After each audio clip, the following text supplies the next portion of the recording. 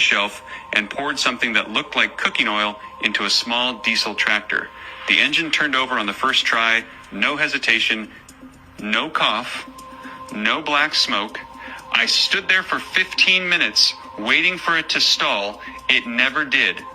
And when I asked him where he bought the fuel, he looked at me like I had asked the dumbest question in Lancaster County. He pointed to a field behind the barn. "I grew it," he said. That was the moment everything changed for me. The plant is hemp, industrial hemp, cannabis sativa. And I need to be clear about something right now, because the confusion between hemp and marijuana was manufactured on purpose. Industrial hemp contains less than 0.3% THC.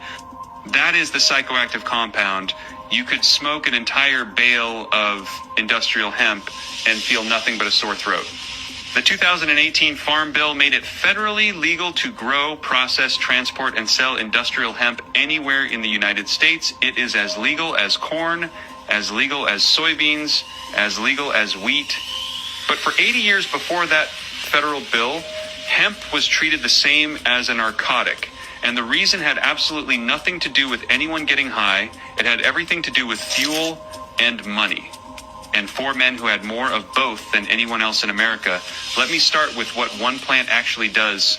Because once you understand this, the rest of the story will make you angry. Hemp seeds contain roughly 30 to 35% oil by weight. That oil can be extracted with a simple cold press, the same kind of press people use for olive oil or sunflower oil. Once you have the oil, it can be converted into biodiesel through a basic chemical process called transesterification. You mix the hemp seed oil with methanol and a small amount of lye, which acts as a catalyst. The mixture reacts. It separates into two layers. The top layer is raw biodiesel. The bottom layer is glycerin, which you can use to make soap.